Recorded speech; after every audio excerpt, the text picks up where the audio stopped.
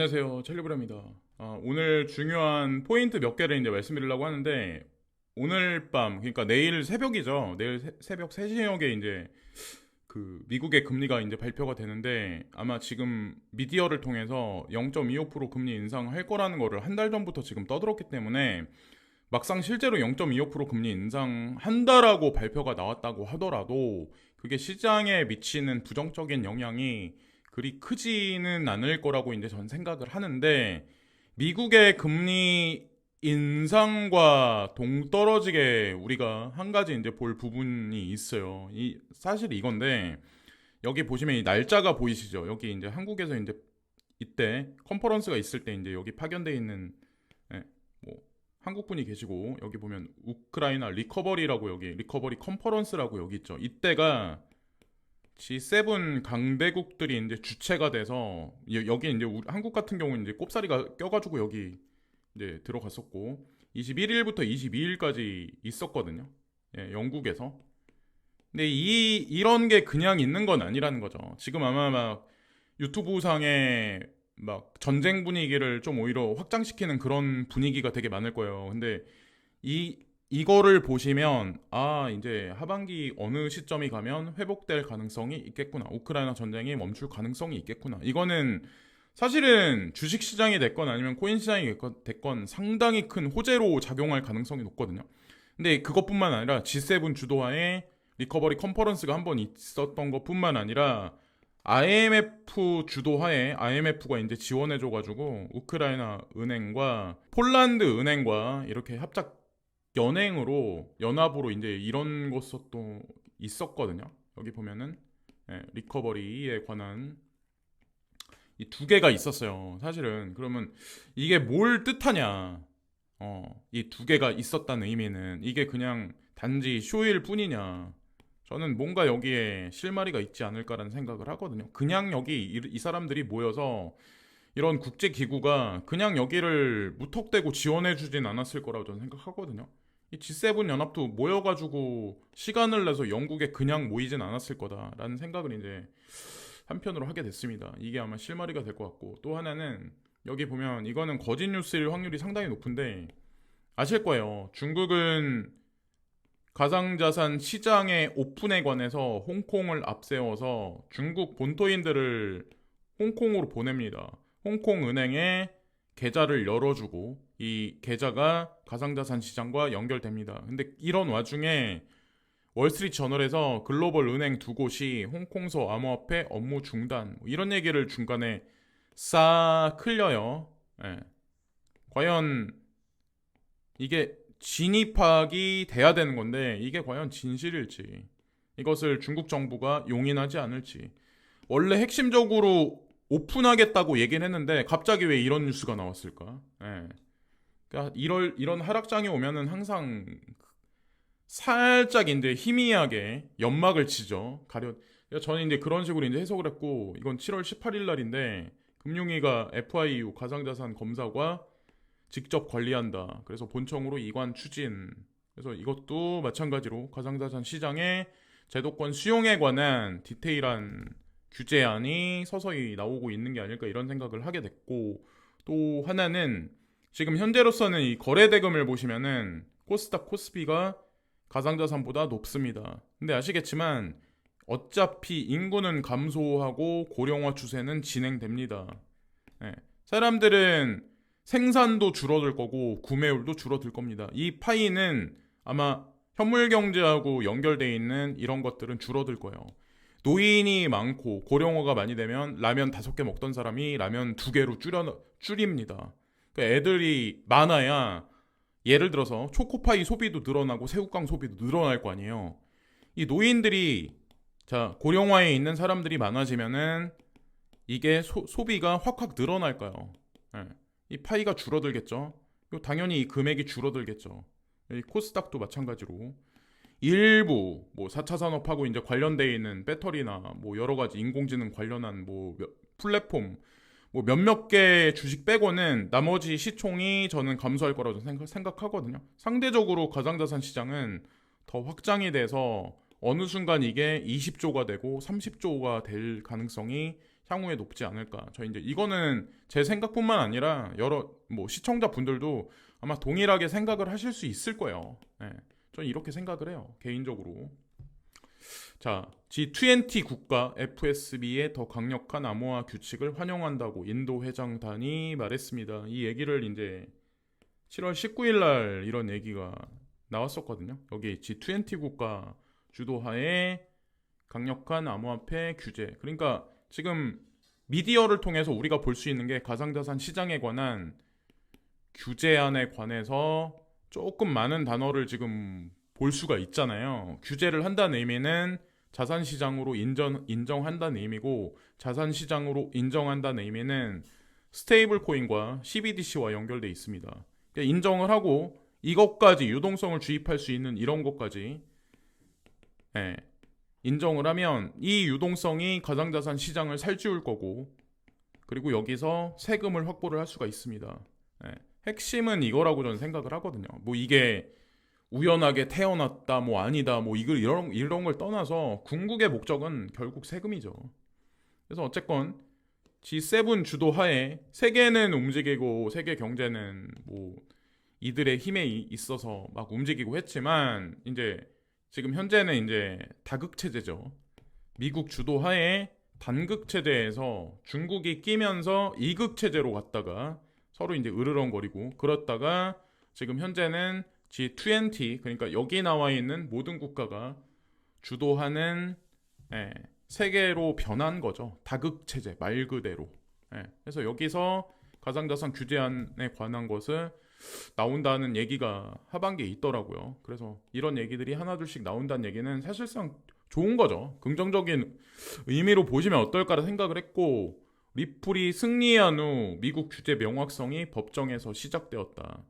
CFTC에서 이제 언급을 했죠. 여기서 이제 우리가 하나 일면을 볼 수가 있는 건데, 기존에 SEC만 가지고 SEC가 증권이냐 상품이냐를 가르는데, 여기 이제 중요한 게 어느 날부터 이제 CFTC가 언급이 많이 돼요. 여기는 증권거래위원회, 여기는 상품선물거래위원회. 이렇게 명확하게 구분돼야 되는데 CFTC가 기존에는 힘이 없었어요. 근데 어느 순간 힘이 나올 겁니다. 여기서. 그래서 증권은 여기서 알아서 할 거고, 상품에 관한 거는 CFTC가 알아서, 이 명확성이 나오기 시작하면 조금 이제 판세가 많이 달라지지 않을까 이제 전 개인적으로 생각을 해요. 이것도 뭐 이 정도만 아셔도 제가 보기에는 비트코인 랠리는 2024년에 투기적 폭발 최고점으로 이어질 거야. 그래서 뭐 물론 2024년 4월 20 며칠인 걸로 알고 있는데, 제가 알기로 날짜가 4월 26일인가 24일로 이제 반감기 날짜 들어가는 걸로 알고 있는데, 그것도 뭐 있고. 그래서 이런 얘기를 이제 모건클릭 자산운용사에서 이제 이런 얘기를 지금 하고 있는데, 뭐 이게 100% 맞을지는 아무도 장담을 못해요. 다만 중요한 건 이거랑 ETF가 지금 블랙록이 그레이스케일 자산운용사 것도 이제 기다리지만 블랙록 ETF 신청도 들어가 있는 상황이잖아요. 그래서 여러 가지 것들이 지금 맞물려 있는 상황이라서 예전과는 조금 이제 다른 양상이죠. 예전에는 ETF 신청이 없었어요. 없는 상황에서 반감기가 있었죠. 2020년에도 2016년에도. 근데 지금은 ETF 신청이 들어가 있는 상황에서 반감기를 맞기 때문에 조금 이제 과거와는 매크로적으로 좀 조금 더 이제 지금 제도권 수용에 관해서 조금 낫지 않을까라는 생각을 하게 됐고, 이건 모건클릭 자산운용사 7월 18일자 그건데, 여기 보시면은 비트코인 68%, 뭐 이더리움, 카르다노, 라이트코인, 폴카닷, 아발란체, 비트코인 캐시, 유니스왑, 코스모스, 파일코인 이렇게 확보를 해놓고 있는 현재 상황입니다. 포트폴리오를 잘 안 바꿔요. 여기는 가만히 보면은. 그래서 지나가는 김에 이제 말씀드리는 거고, 아마 여기 투자하고 있는 코인들이 아마 많이 가지고 계신 분들도 아마 있을 거예요. 근데 저는 뭐 아시겠지만 그레이스케일 자산운용사, 모건클릭, 매트릭스 포트, 기타 등등 뭐 엔트풀 종합적으로 다 해가지고 제가 추려보니까 투자할 만한 코인은 한 10개 이내? 10개 정도 이내 정도 되는 것 같아요. 그래서 이상한 코인들만 아니면 웬만하면 다 잘 되지 않을까 생각을 하게 됐고, 이거는 이제 고령화에 관한 얘기를 제가 이제 말씀드리려고 하는데, 아주 오래전부터 이제 제가 강조를 많이 했었죠. 사실 7월 17일 날 인구 감소, 생활 인프라, 폐업, 이전 불가피 이런 얘기. 이거는 지방을 두고 하는 얘기거든요. 예, 여기 보면 6세에서 21세 인구가 2020년에 5.8에서 2040년이 되면 3.7만으로 줄어들 거야. 2050년이 되면 지금서부터 27년 후죠. 50%가 50대래요. 50%가 이게 상상이, 자 보세요. 50대가 노인은 아니에요. 근데 중요한 거는 젊은 건 아니에요. 그죠? 그럼 생각을 해보세요. 전체 인구가 100%일 때 50%가 50대예요. 50%가. 예. 이게 뭐예요? 이게 말 그대로 국가 자체가 젊은 국가가 아니에요. 그럼 이게 비단 뭐 어린이집뿐만 아니라 학교, 대학교 교직원, 인근에 있는 뭐 하숙집, 뭐 원룸 사업, 뭐 다양한 뭐 편의점, 뭐 하다못해 뭐 식당 관련해서. 근데 이게 이런 대학가나 이런 것뿐만 아니라 전체적인 산업 자체가 다 이 영향을 받을 수밖에 없다는 거죠. 제가 예전서부터 이제 강조를 되게, 그래서 뭐 인도라든가 나이지리아라든가 이런 얘기를 되게 많이 했었던 것 같아요. 근데 이게 아마 지금은 발등에 불이 안 떨어졌기 때문에 피부적으로 체감을 못 하시겠지만 2027년 정도만 돼도 아마 피부적으로 체감할 수 있을 거예요. 우리 대중들이. 예. 영업이익률이 지금보다 훨씬 더 아마 떨어질 겁니다. 예. 고인플레 때문에 사실은. 근데 그거를 느끼냐 못 느끼냐는 뭐 개인의 어떤 그런 거에 따라서 이제 바뀌겠지만, 그래서 어쨌건 그래요. 그러니까 발등에 불이 떨어져야 이제 보통 시험 일주일 전에는 느긋하게 그냥 모바일 보면서 이러고 있다가 시험 1일 전이 되면 발등에 불이 떨어져가지고 하는 게 이제 보통 우리니까. 근데 미리미리 이제 준비를 해야 된다는 거죠. 여러 면에서 내 직업은 과연 어떻게 될지, 내가 하는 사업은 과연 2027년, 2030년이 되면 과연 어떻게 살아남을지. 자, 준비가 안 돼 있는 분들은 결국 영업이익률이 점점 떨어지다가 폐업하게 될 가능성이 상당히 높습니다. 이것은 못나서 그런 게 아니라, 우리나라에 국한된 얘기가 아니라 세계 대부분의 국가들 전부 다 거기에 들어갈 겁니다. 몇몇 개 특별한 국가들 빼고는.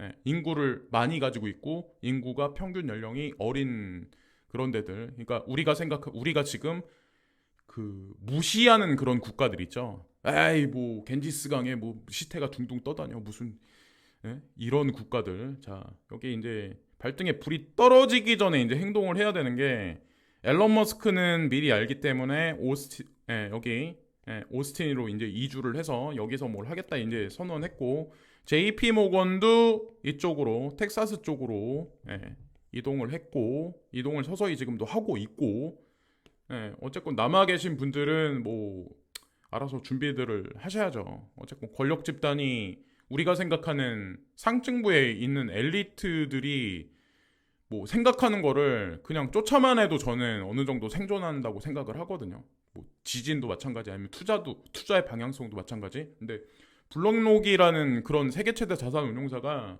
비트코인에 관해서 그런 식으로 이제 관심을 갖는다는 의미는 사실 게임이 끝난 거죠.